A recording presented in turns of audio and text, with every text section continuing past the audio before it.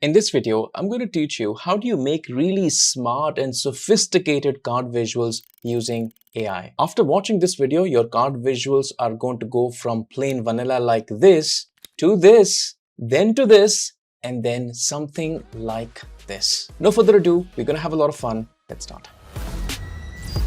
Alright, let's just start with the plain vanilla card visual and the way it looks by default in Power BI. So here on a canvas, I have drawn a very simplistic card visual, which is nothing but total sales. If you don't know how to make one, you can just right click on the empty space, click on the add visual, and then make sure that particular visual is the card visual, and then drag the measure right here in the add data value column. And then you will probably have a visual something like this, which is nothing but total sales. This visual at the moment is fine, but how do I make it look better? The look better part can technically be divided into two parts. One, I want to add more elements to this particular card visual to make it more interesting and insightful. That's one. And then once I've added additional elements for the user to take a look at more insights, I also want those things to be aligned and presented in a beautiful way. So there are two parts to it. One is adding insightful elements to this card visual, which is plain and vanilla. And then second thing is the design element of it. Now, the insightful elements that you can add to this card visual would depend upon person to person, but very simplistically, if I were to just add a few things that are just going to make this number more meaningful to take a look at, is that if I have picked up, let's say, the year 2019, I'd like to compare that to the last year and what was the sales last year. So perhaps one number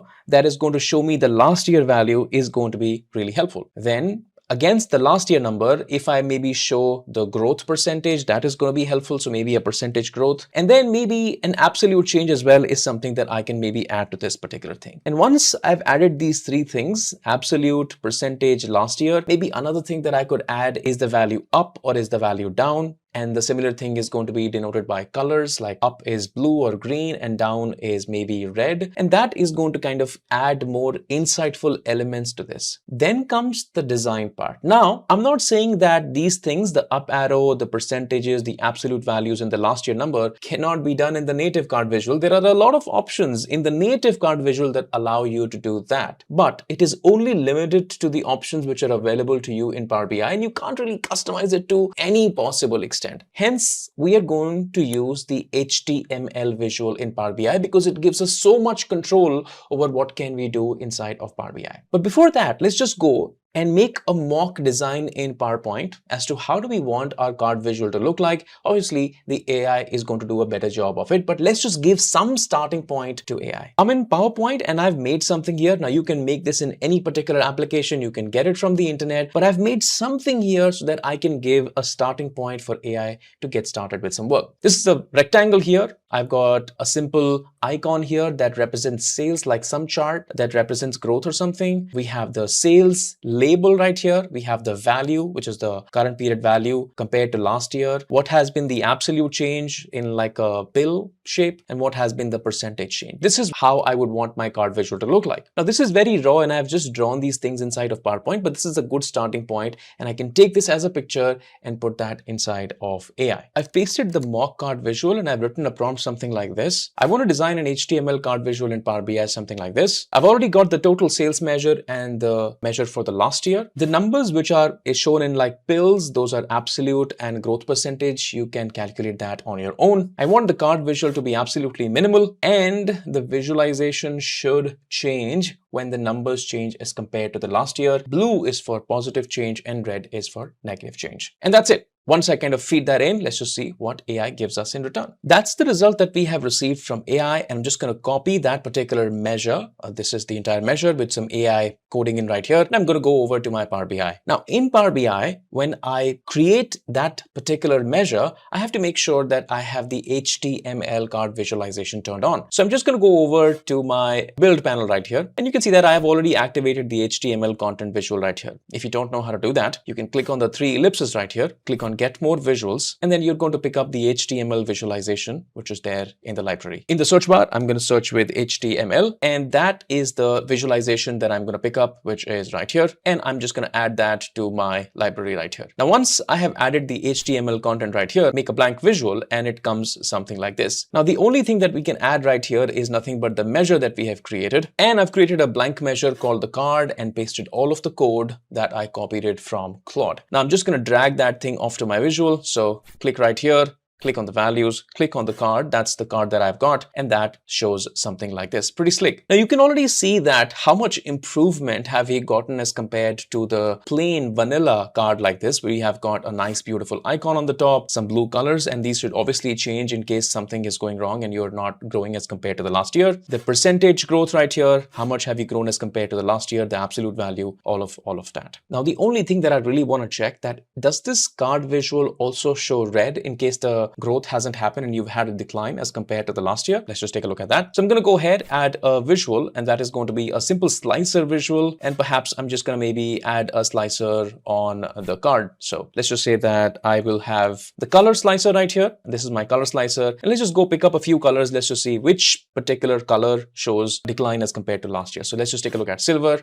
It's still growth. If I take a look at red, yes, that is a decline over last year. So red products were 10,800 last year. This year is 4,500. So we have got degrowth of 6,000, and that's a 58% drop. One additional thing that I would prompt AI to do is also add dollar signs here or maybe here. That is going to be nice to take a look at. But nonetheless, this is a very, very good start. All that we did was explained what we want by drawing something in PowerPoint, stick that in Claude, and we have got a beautiful result. If you're interested even further, you can go ahead and join my DAX and data modeling course, which is going to take your data modeling and DAX journey to the next level, and you will be able to start solving sophisticated and harder problems by yourself. Let's try to add more context to this particular card visual and try to make it even better, giving more insights to the user. If I currently take a look at the card visual, everything seems fine, by the way, but maybe I also want to give some insights to the user as to how the sales trends are doing. Although I have picked up just the year 2019,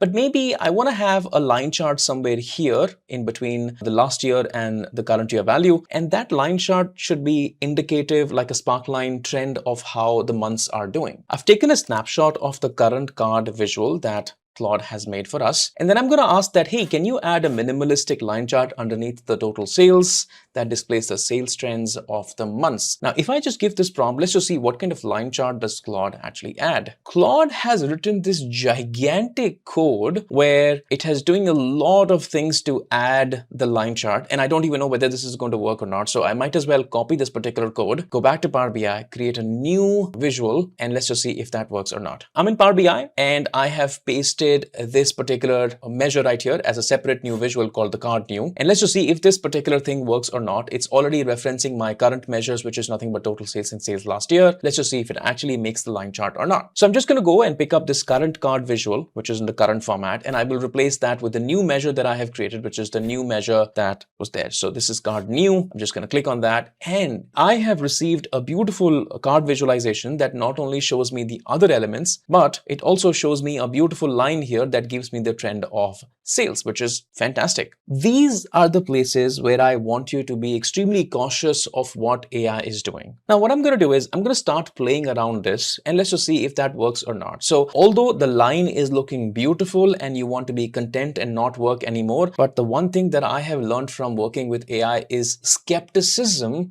of what AI produces, and you checking that is going to tremendously help you understand what AI is doing and rectifying it if it goes wrong. Let me show you what do I mean. Currently, I've got the year selected. Let's just say that you have a different kind of a dashboard, and along with the year, you also get to have the month in the slicer. So along with the year, I'm just going to also maybe add the month in here and just check right here, and we have the month. Now, once we have the month, you can see that right now we have all the months of the year selected. And for some reason, I'm just going to go ahead and pick up one single month of 2018, maybe let's say January. You can see that at the moment, just one single month of January has been selected, but still the line chart shows quite a bit of trend. Like, it doesn't show one particular data point, which is obviously not helpful, but still it shows you quite a bit of trend. If I maybe go ahead and pick up the month of February, the trend tends to increase, and the month of March, and the month of April, and the month of May. Now, when somebody is taking a look at your dashboard, and these lines are actually moving as compared to the month that you're selecting, people are going to start question this, that what exactly happened here and here and here when the sales was down. So people are going to start to question that. Now, how would you explain if you don't even understand what this line actually means? Because you can't see the numbers and there is no data label here. So how would you explain what this line is if you don't understand the code? Let's just go take a look at the code once again and try to debug and try to make sense of these numbers. So I'm going to go over to the measure that I just copied and just start scrolling. And somewhere here,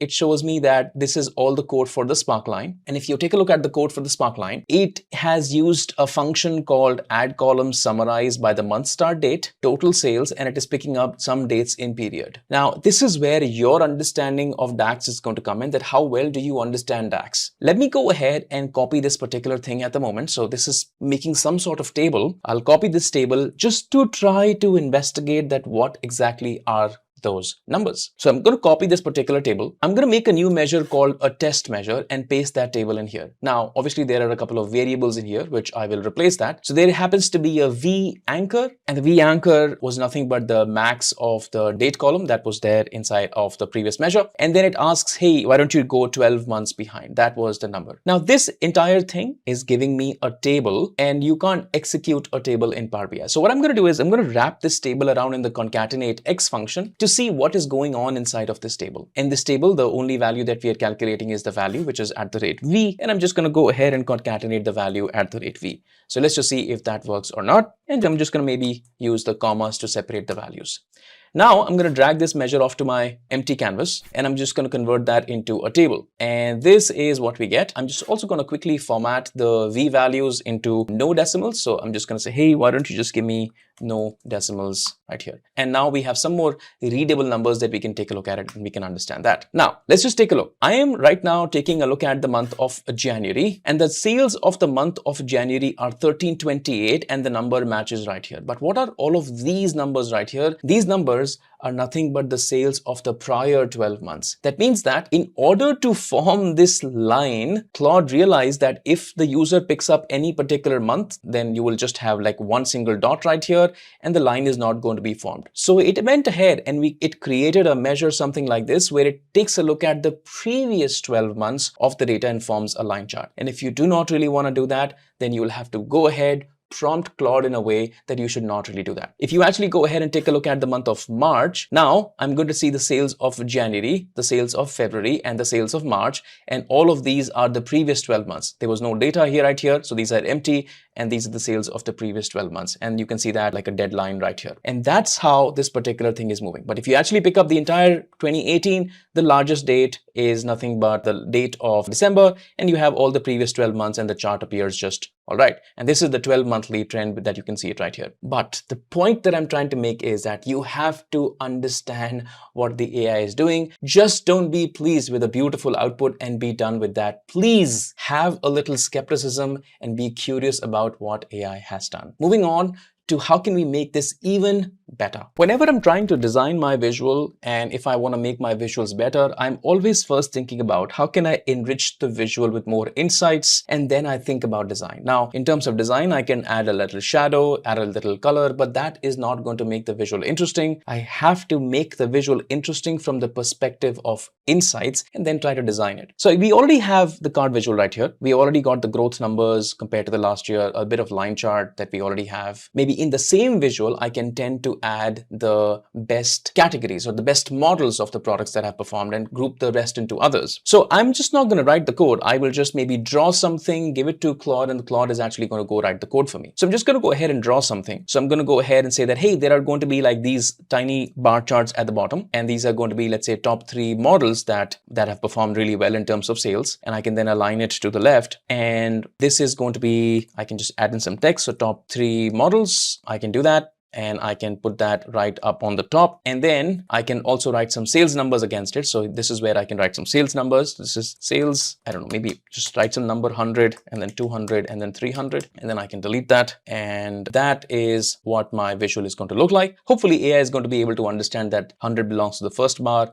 200 for the second bar, and 300 for the third bar. And then there is this one which is going to be, let's say, others. So this is nothing but the sales for others, and I can just maybe copy that, paste that right here, and this is going to be, let's say, others. Right now you can actually create something like this, like an indication of what exactly do you want. Even if that is rough, AI is going to be able to understand that. And this is, let's say, my top 1 product, top 2 product, top 3 product, and let's say this is my others. Now I'm going to take this particular picture and give it to Claude once again and ask it to mimic this in a card visualization. Let's just see if it can actually do that or not. I give some context to the AI and I tell it that I want 3 bars below the card visual, which are going to be representation of the top 3. query. I've also given a rough image of that, and model happens to be a column of my products table. So when Claude is writing the measure, it knows where to reference the column from. Claude goes ahead and cracks the problem. Hopefully it has given me an even longer measure that I don't know the HTML part of it, but I can test it very well.